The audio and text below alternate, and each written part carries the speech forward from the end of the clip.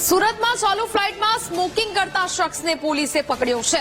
રાજેશ પરમાર નામનો આ શખ્સ દુબઈ સુરતની ફ્લાઇટમાં ઈ સિગારેટના કસ ખેંચી રહ્યો હતો। એર હોસ્ટેસે જોઈ લેતા પોલીસને જાણ કરી હતી। આરોપી યુવક પાસેથી પોલીસે દારૂની 3 બોટલ જપ્ત કરી છે।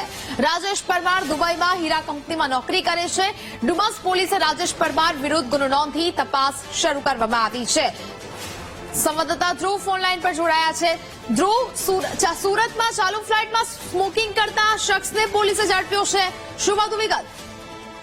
બિલકુલ સાચી વાત। સુરતના જે કતારગામ વિસ્તારમાં રહેતા જે રાજેશ પરમાર જે છે તે પ્રતિબંધિત ઈ સિગરેટ જે છે તે પ્લેનમાં ચાલુ ફ્લાઇટમાં તે પીતો હતો અને તેને એર હોસ્ટેસે ઝડપી પાડ્યો હતો।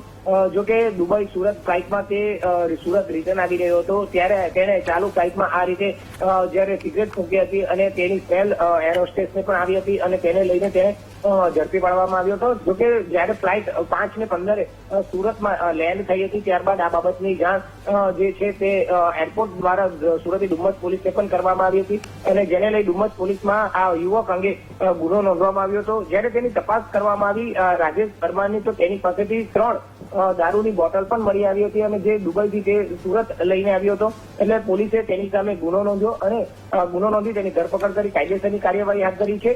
જે રીતે તેનો ગુનો નોંધાયો હતો ત્યારબાદ જામીનપાત્ર ગુનો હોવાથી તેને કોર્ટમાં રજૂ કર્યો હતો અને કોર્ટમાંથી તેને જામીન પણ મળી ગયા હતા। બિલકુલ, જાણકારી બદલ આપનો આભાર।